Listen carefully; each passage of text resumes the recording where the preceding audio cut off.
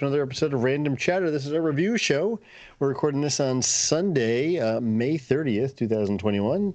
And we're going to kind of cover the things that we've seen new this week or for the last week or so and kind of get you guys intrigued about what you want to pick up and start watching. With me tonight are Tim and Eric. Tim, how are you? Doing well. It's despite it being a rainy weekend, I'm getting some stuff done. Yeah, it's a little chilly here on the East Coast. Does not feel like June is in a couple days. It feels like we're looking for maybe April in a couple days. Yeah. But and Eric, how are you? I'm doing pretty well. It's always a loaded question. It's always like, what are we going to get?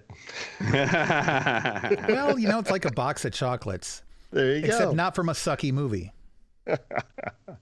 Come on, you didn't like Forrest Gump? I don't like Forrest Gump. Forrest Gump Really? is on my top 10 most overrated movies of all time. I think that's number 2. Okay, I think it's overrated as well, but I don't think it's. Not saying it's a worse movie. I'm saying overrated. Yeah. Okay. Well, in that case, then, what do we have that's new that we want to talk about here? A couple of things that we've gotten our top listings here to watch. Cruella just came out on Disney Plus, and I think a couple of us have seen it. I have not. You have not. You guys know I've not yet. Okay. Yeah, we've actually, this is a real good week for reviews. Honestly, I'm more excited about this episode than. It feels like we're back to normal, kind of, with releases and stuff. It's the beginning of the new normal. We're easing into it. We're easing into it. Yep. Yes. I think that is a good way to put it. So, so Cruella came out on Disney Plus and in theaters, I think. And yes, I have to say, I'm going to go first because I think I know where Tim's going to go with his comments. I saw the trailers and it looked okay. It looks good. It's well produced. Got a little bit of action to it. Not a big Emma Stone fan, but she's okay. She's a good actress. It's just not, I don't know. And I wasn't that interested in it. And I really thought, okay, I'm going to watch this so we can cover it on the podcast. But I don't care. And I don't expect it's going to suck, but I expect it's not going to catch my interest. So for me personally, I had a low bar set. I was surprised that it was actually really good. It was not at all what I expected. And I don't think I'd watch it again myself. I would sit through it with someone else watching it if I were with someone who wanted to see it. It was good. I would say it's worth going out of your way for. Now, the $30 on Disney Plus is a pretty hefty price.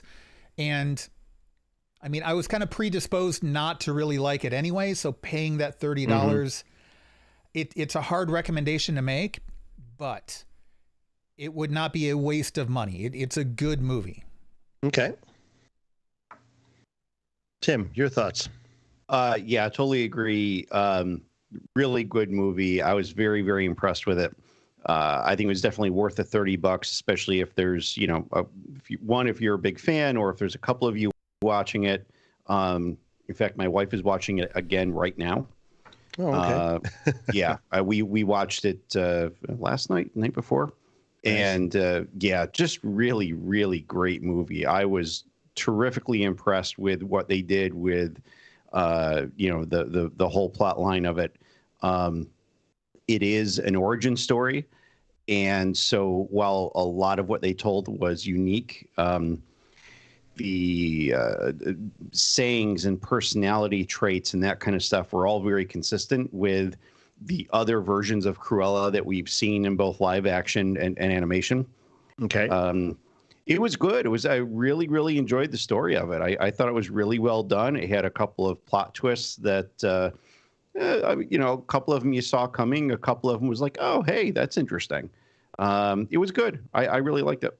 Speaking of your wife, she was insistent that we cover it on Movie Chatter. Yeah. Very soon. Yeah, so my wife and I are going to watch it pretty soon on Disney Plus just because, I think it looked like it was a really well-done movie from the previews and everything. Not a huge fan of, 101 Dalmatians, but, or Emma Stone. No, I'm an Emma Stone fan. Yeah. We know. So, yeah, I'll definitely see it for that. I'll say this. Even if you're not a big 101 Dalmatians fan, watch this movie. Yeah. Okay. I'm that person. Yeah, you can completely separate the two things Easily. They don't necessarily need to coexist. They do, but they don't have to. So yeah. I would concur with that. So that's one in the recommendation column. Another thing we have on our list here is the Fringe Reunion. No, I know I saw this. Tim, did you see this? I did not. Okay, and Eric, you think you did, right? I did. Okay. Now, either were you big Friends fans back in the day? For me, it was, I was a fan. I was not a mega fan. So keep in mind, this is back mostly before the days of DVRs, I think. I don't know. Were DVRs around in 1994? See, no, I don't think it was very prevalent. No. Yeah, so, but it was part of the big NBC, Thursday night. Must See Thursday. Must See Thursday. Yeah, so, you were kind of sitting down to watch that and Frasier and whatever else was on anyway. So, I watched it regularly. There were probably a few episodes I still haven't seen to this day. I never went back and rewatched it since it's hit streaming or anything. I haven't seen it in at least a decade, probably longer. But I would say I was a fan. I enjoyed it. Yeah, I didn't. I probably watched every episode back in the day, but I haven't gone back and rewatched it or anything. But now that I've seen the reunion, I might go back and rewatch some episodes. I started. Did you? Okay. I'm on the second or third episode. I mean, it was one of those things where Thursday night, and this was back when I just Googled DVRs, and they were becoming on the market in '99. So okay, so about halfway through the run. Yeah. Yeah, that sounds about right. So in terms of this, I mean, this was the thing back when you scheduled your time around television shows, not the other way around. Yeah. Not like, okay, let's watch the show tonight when we get home from, making dinner and everything, which it's 8:42 p.m. We'll start watching the show now. Yeah. No, it was back then. It was, okay, this is the lineup, and Seinfeld was on then, I think, and so forth. Nobody left the house on Thursday nights. That's right. We get together with friends and you hang out with them, and every Thursday night you had something to do. So yeah, I was looking forward to this. I was a bit confused as to why they were making this huge deal out of it for HBO Max and what they paid for it and everything else for one single show. It was a long show. I'm like, it was movie length-esque, I guess, right? Mm-hmm. But I'm like, you're spending a lot of money for just one. It's not like you're bringing it back. It's just one show. Right. And that's another thing to be clear on. This is not like a follow-up episode. No. This is the cast getting together and talking about their experiences doing the show. So exactly. It's not in universe. It's, real world. But so it's a reunion show. Yeah. Kind of like the Will Smith thing they did recently for a Fresh Prince. But Lou, I mean, the numbers this thing drew in, and this is, I guess, there was only one other time the show ended 17 years ago. I guess there was only one other time where they had all been on stage since then talking about the show. So this was a rare thing. I don't know. I think this was probably a smart move for HBO. Yeah. I think, I'm sure they got their money's worth out of it. I think so. And, I was thoroughly entertained by it. I thought it was good. It was fun to see them back, together again and talking about their experiences as they did the show and how they were a family, and it just felt really comfortable. Yeah, I mean, the reasons why I think you should watch it if you're a Friends fan is that unless you're like an Uber fan and you've like read magazines and interviews and blah blah blah, for the rest of us, there are a lot of stories here that weren't told otherwise. That people have never heard before. There were questions answered through some of the interview process that were interesting. There was a lot of fluff in it, but I would say there was at least 50% or more of actual interesting content. For a reunion show like this, I expect the fluff, so I'm kind of, I'm forgiving of that. Yeah, I look for about at least 50%. A good balance. Yeah, that's the thing. I want a balance. I want at least 50% interesting content, and then I can sit through the other 50% of the nonsense stuff. Like when I watch The Voice, I watch it on my DVR. I fast forward through all of the so-and-so grew up in the mountains of Montana with his 3 sisters.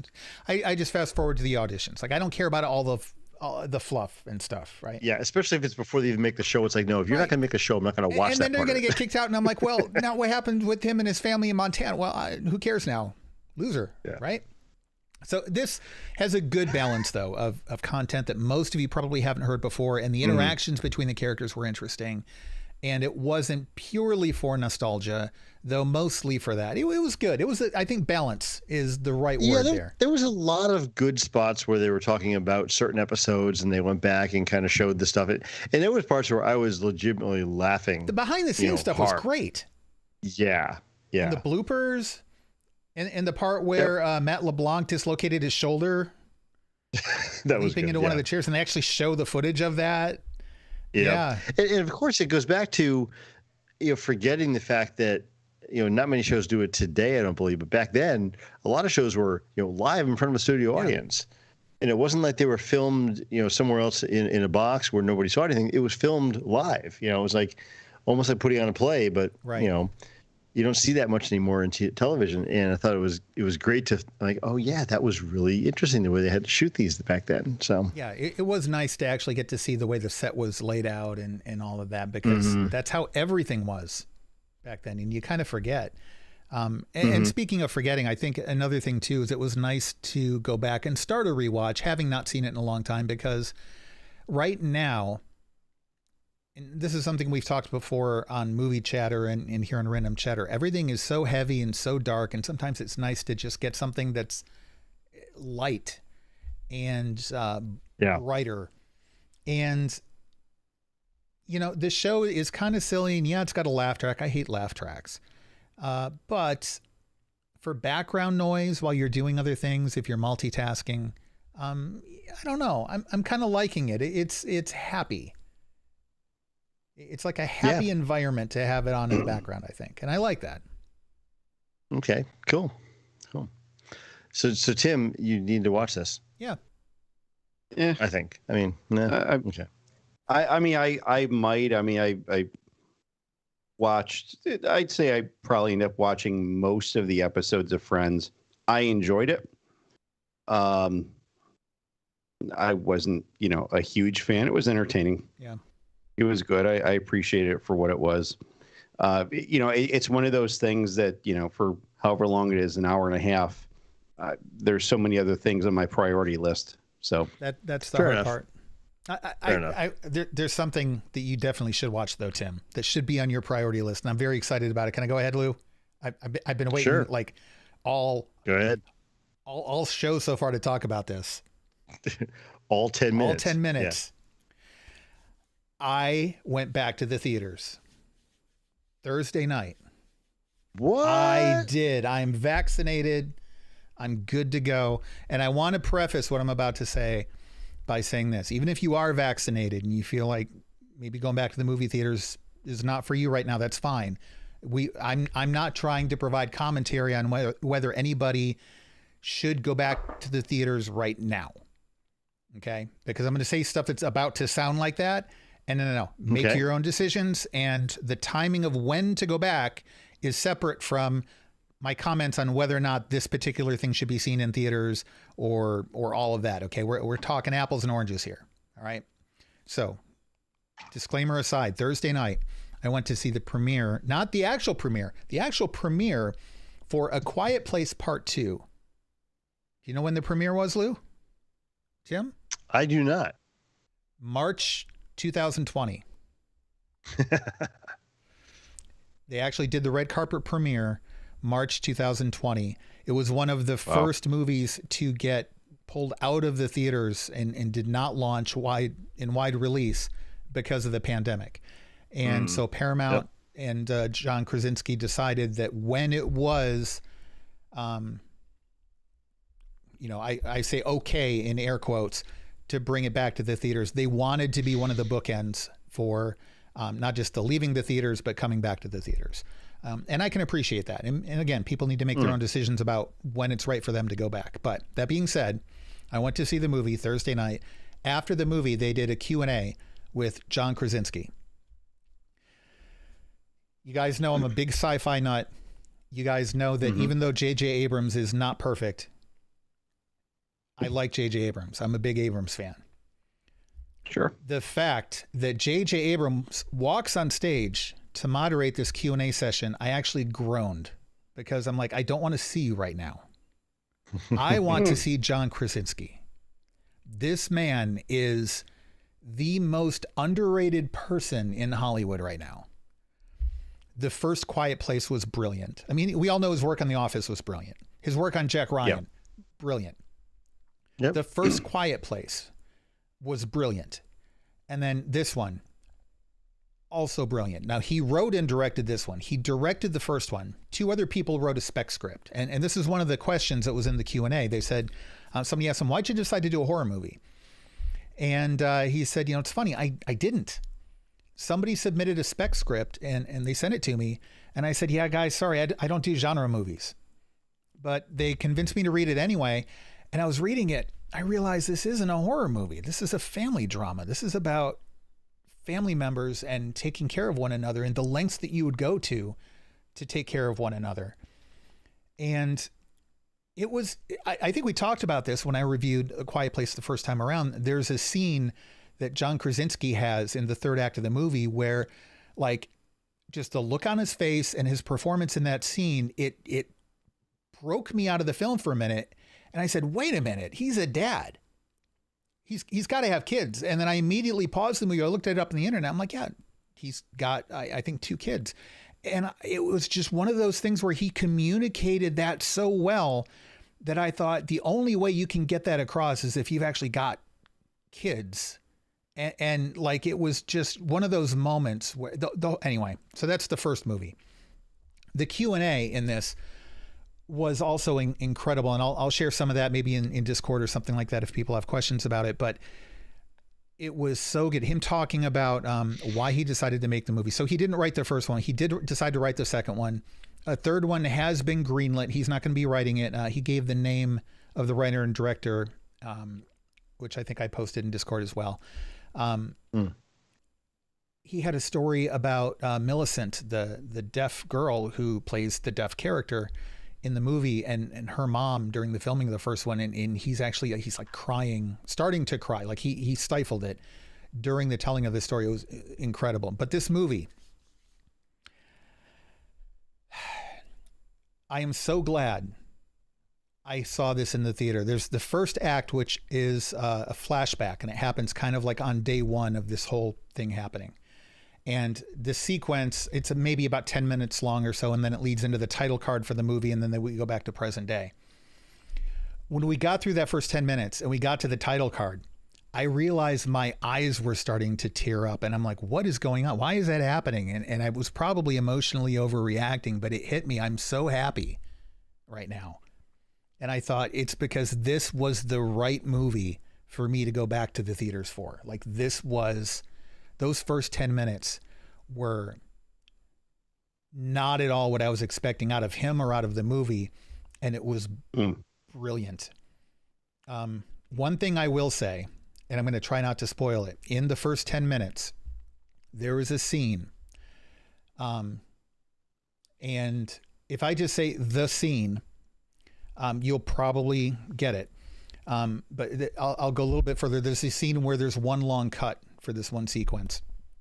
And 2 things to keep in mind, and I'll explain it to people later on after you see it if you want. Number 1, not only was it one cut, it was the first cut. It was the first take. Wow. And he went to his wife, Emily Blunt, who's the character who appears in this take. And he's like, okay, do you want to like run through it first once real quick and do like a test shoot of it? She's like, no. I wanted to capture my visceral response to what's going on. He's like, okay, all right, let's go. And he walks back and he says an action. And I guess the DP or something like that said, she knows the plan, right? Like she knows what the layout of what's happening and when to do what and everything is, right? And he kind of stopped and he said, oh crap. I really hope so. So number 1, that whole scene that's in that one take is not improv, but it's darn close. So that's point number 1 that you're not going to believe. That when you watch it and you remember me saying this, you're not going to believe it. And then number 2, they used a camera on like this robotic arm that they could maneuver in and stuff. And during the climax of that one take, they lost control of that camera arm, and it kept veering out of where it was supposed to be. Coincidentally, it was veering toward Emily Blunt's face at just this perfectly cinematic, miraculous speed and angle and everything, and the right zoom and the right focus. And he said it was just so good. Like if they wanted to do another take of it, they couldn't have done it. They would have lost that whole thing. Wow. It was accidental. Cool. It was the first take. It was a single take, and she hadn't run through any of the plans yet. The scene was already impressive. Hearing him say that stuff afterwards, to me, like this is the miracle shot in any movie I've ever heard of before. So I'm sorry. I'm going on about this because I'm so excited for this movie. It was that good. Now it's not, I don't want to oversell it. It's a lot like the first one. It's a little bit of a slow burn in parts, but the world building continues to be good. I can totally see, like it's its own story and it's self-contained, but I can see where they would go with the sequel. It was just John Krasinski as a director. Even if there were failures with the movie itself, him as a director, just mind blowing. I'm in awe. Like I had a lot of respect for the guy before, and now I'll watch anything he does or he's in. Cool. High praise. Yeah. So it's awesome. Clear. I'll back off now. I'm done. But I'll see. I'm thinking about going to see it in the theaters, and I want to. I'm just still thinking about how I'm going to make that happen, or if I'm going to do it or not. But and that's the thing. I want to say, decide first whether now is a good time for you to go back to the theaters. If you're not vaccinated, don't go. If you are vaccinated, there are still some other considerations. So decide for yourself. If you decide that you are ready to go back to the theater in like the now time frame, this is the movie to go see. If only for just the audio. It's not quite as groundbreaking as the first movie, but there are so many moments in which it matters in this movie. See it in a theater if you're able to and willing to. Cool. Well, yeah, I'll say this. I did watch the first one again over the weekend just because it was on. I was like, I want to watch this again. And then this morning I'm putting on my rain jacket because it's cold and rainy here. And I'm like, this jacket will be enough to cause those creatures to come attack me. How do they survive just doing normal everyday stuff? Right. I mean, it's like, it was cool. But I'm like, I put a jacket. This jacket is noisy. I'm like, anyway. Yeah. Let's see. What else do we have here? Something we're going to cover on Movie Chatter this week. Oh, yeah. Army of the Dead. Not going to go into too much detail here because we're going to cover it on another show. Hint, hint. Go listen to that show. But Army of the Dead, I thought was pretty good on Netflix. So, looking forward to talk about that with you and Robin. It really was. You guys hadn't seen it when we talked last week, and I said I was like almost all the way through it, and I did get through to the end. You guys have seen it now, and you liked it, yes? Yeah. I thought it was really well done. It was. I definitely did like the heist movie in the environment of a zombie thing, and then I didn't expect it to, in so many ways, refocus on the zombie thing. So it was really interesting, just like kind of how they made all that happen. And I will tell you, if I did not know that it was Zack Snyder, I would have thought it was a Tarantino movie. Close. Okay. When you look at the outrageous amount of blood, that's Tarantino. He did have someone being decapitated and then like a 3-minute long shot of blood spurting up like a fountain. No. So it was like, it was almost Tarantino-esque. You're right though. Like it was close enough. Yeah. And I'll give it this. I thought the concept they put out in the beginning of the movie about the fact that we're going to nuke Las Vegas, so that's awesome. Right? Like, what a good concept. That's one way to get rid of it. And did you guys catch that Tig Notaro was never in any of those shots with the other actors? The helicopter pilot? She has not met those unless they met like after the film was made. She's never been in the same room with Dave Bautista. Interesting. Chris D'Elia was originally cast in that role and filmed that role, and then they gave him the boot because of questionable things he had done. And she was completely green screened in. Every that's cool. shot. Yeah. So number 9, it's tied for number 9 of all time on Netflix. Really? Yeah, that's pretty crazy. Yeah. That's impressive. Yeah. Yeah. Let's see. The rest of what we have here is really just kind of also watch stuff, I guess, right? You know, I want to throw out this real quick. MODOK. Okay. I hadn't started watching it when we talked about it last week because, Tim, you were talking about it. Mm-hmm. I just finished episode 5 earlier today. I'm not a fan. No. And I'm hearing this a lot. It seems to be half and half. People like it, people don't like it. And I like Seth Green and why can't I remember the other guy's name? Senric? Michael Matthew. Anyway, the guys who do Robot Chicken. Robot Chicken for me, half of it is hilarious. Half of it is like, I can't wait for the next skit. Right. Detours, the one episode I saw, Detours, not that great. Crossing Swords on Hulu, I thought was hilarious. Hilarious. I recommend you go watch it. It's that good. Okay. This, it's not hitting. It's like. Yeah, I've just seen the first episode. I simply haven't had a chance to jump into any more of it. Okay. So I thought maybe you watched, I you liked the binged it. first episode. No, I enjoyed the first episode actually more than I thought I would. So I do plan on going back to it, but yeah, it's. I mean, it's basically it's so one far of those things that there's not a lot of people in the middle ground. 4 episodes of him whining about the fact that his wife won't come back to him and his kids hate him, and then the 5th episode was him trying to like get other low-level supervillains to join him and just failing. Like it's just about how much he sucks at everything he tries to do, but not in a way that ends up being funny. Were you expecting deep story? No, I was expecting a story that wasn't recycled from 73% of all 1980s sitcoms. Wait. This is like a Marvel property, right? It's a Marvel property. It's interesting you ask that question. Recycle things over and over and over again. It's like a Marvel property, except it's not good. That's the way in which it differs. Ouch. I'm sorry. I want to like it, and don't be sorry. You're being. And I'm still watching honest. it. And people out there, you might like it. I'm not saying don't watch it. Watch it, and if it's your thing, then it's going to be your thing all the way through. I imagine. Again, I'm on episode 5 out of 10. If it's not your thing, it's not going to get any better. So.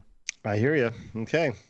I haven't been doing too much other stuff. I watched the first 3 John Wick movies again because they've been on TV like incessantly over the last few days. Can't go wrong with John Wick. Yeah, even on TV, it's pretty good to watch. And it's funny. It had been a while since I'd seen the first one, and the first one is still the best out there. I agree. The choreography, the fight scenes, just the gun shooting aspect of it was just like. Yeah. Okay. That's why I remember liking this movie so much. Yeah. So that's it for me, really. Tim, what have you been up to besides the stuff we talked about earlier? Let's see. Well, SWAT had their season finale on Thursday. Really good. I really appreciate how they balance into this. Like it's a, cool shoot 'em up, police kind of thing. But it's also balanced in, particularly with a lot of the things, this is what, I don't know, it's the 3rd season or 4th season. So over the last few years, things that we look at that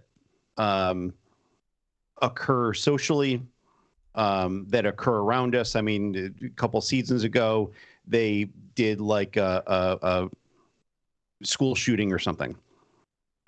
So like really, really like very heavy, very deep kind of thing, because they got into it. It actually was less about the whole shoot 'em up thing and more about the gravity of a situation like that. This season they had a little bit of stuff in it on the pandemic, but that was just ended up being a very, very background thing. They didn't spend a lot of time on it. But they've done like stuff with Black Lives Matter. They've done stuff with the whole like I mean, it's a cop show, and the lead on it, Shamar Moore, is black, and so like they're addressing this whole like perspective of a black cop who came from the streets and basically sees both sides of it, and he wants to make law enforcement better, and he wants to support the community.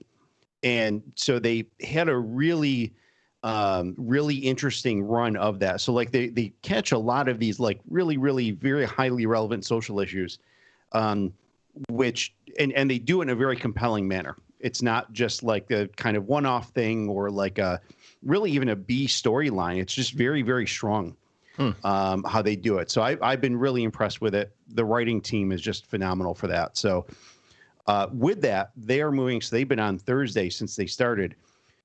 Next season, they're moving to Fridays. So they're getting prime time on Friday, which is, you know, the coveted slot. Wait, what? Prime time on Fridays has always been the kiss of death. The whole TGIF thing, man. That's not how television works, though. No. Thank God it's Fridays because you can go out and party. No, Fridays is where they put things. They put the last season of X-Files before they got rid of X-Files. It's where they put Firefly before they ditched Firefly.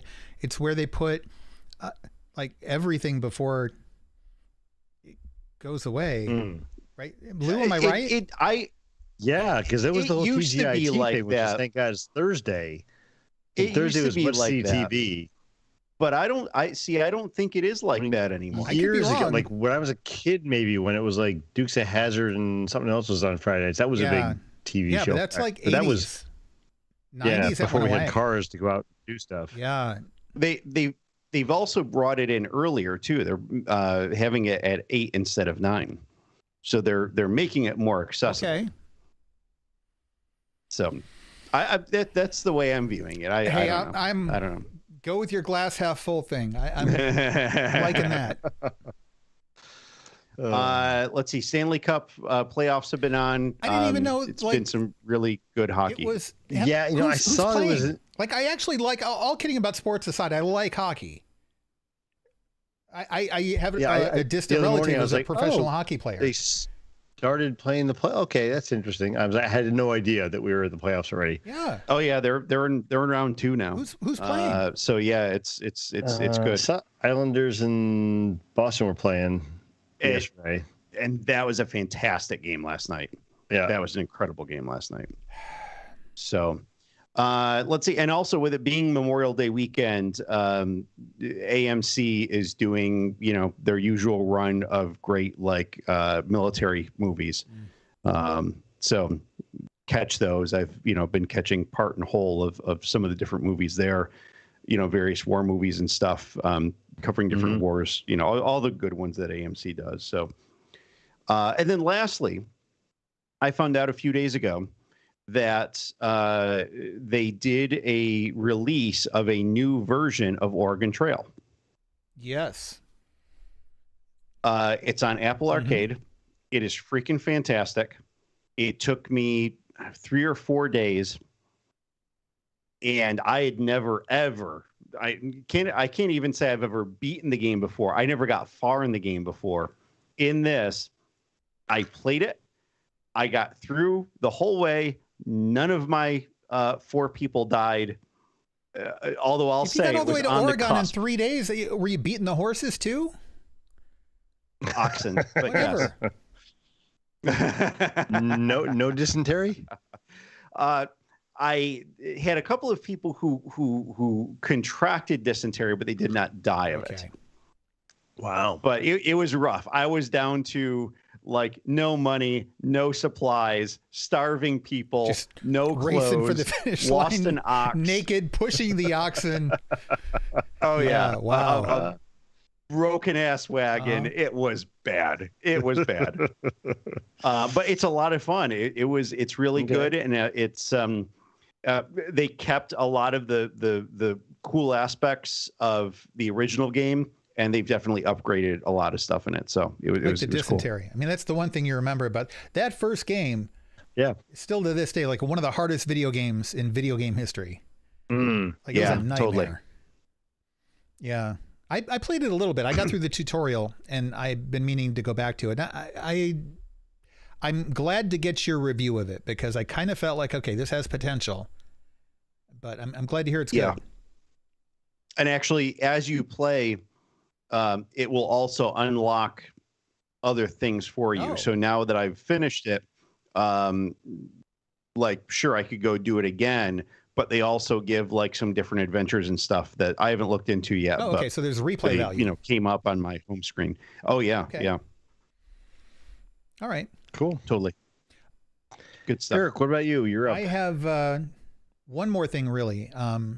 Besides bragging about going to the movies, I mean, you know. Hey, listen. It's been so long.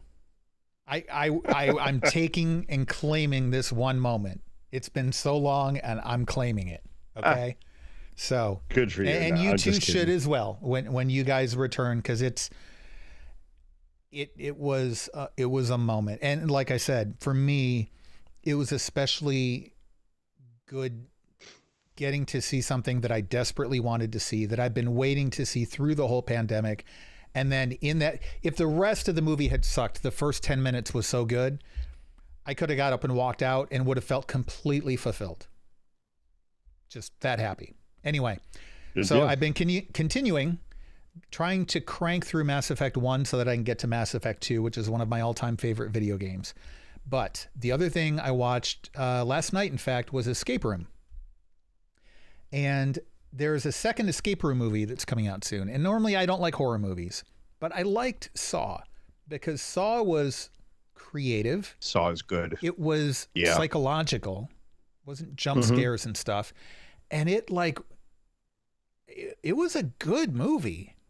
And yeah, first one was, yeah, the first one was. The second one was okay, and they just went straight downhill from there. Though, I'm hearing from people that Spiral, the one that Chris Rock did, Chris Rock and Sam Jackson, that's in the theaters right now and not on any streaming services. I'm hearing that's really good. But I digress.